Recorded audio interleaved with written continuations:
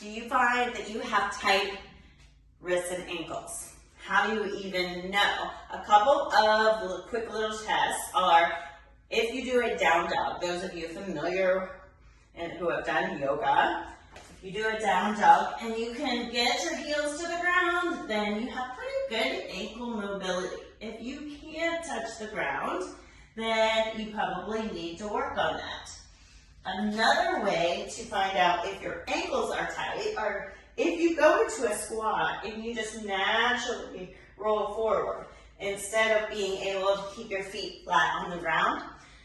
That also signifies that you have really tight ankles, which can cause pain all the way up into the low back. So we're going to do a couple of things to work on that ankle and wrist mobility. The first is getting on all fours, bringing the fingers in and making sure the palm is on the ground, and then taking the toes under and rocking back and forth. What this is doing is not only improving your ankle and your wrist mobility, but also stretching out the plantar fascia of the foot and the fascia of the forearm.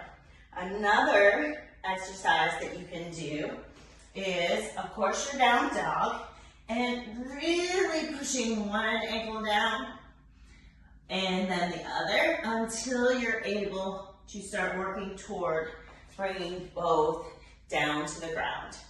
Thirdly, and this is also helpful for wrist strength, is coming onto the toes and lifting up and just leaning forward and allowing the toes to come up off the ground.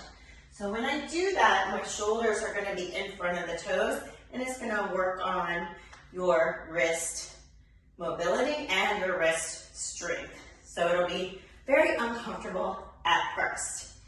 Last but not least, if you have a stair or a bench, you're going to hang your heels off of the stair, come up, squeeze, and go as low as humanly possible.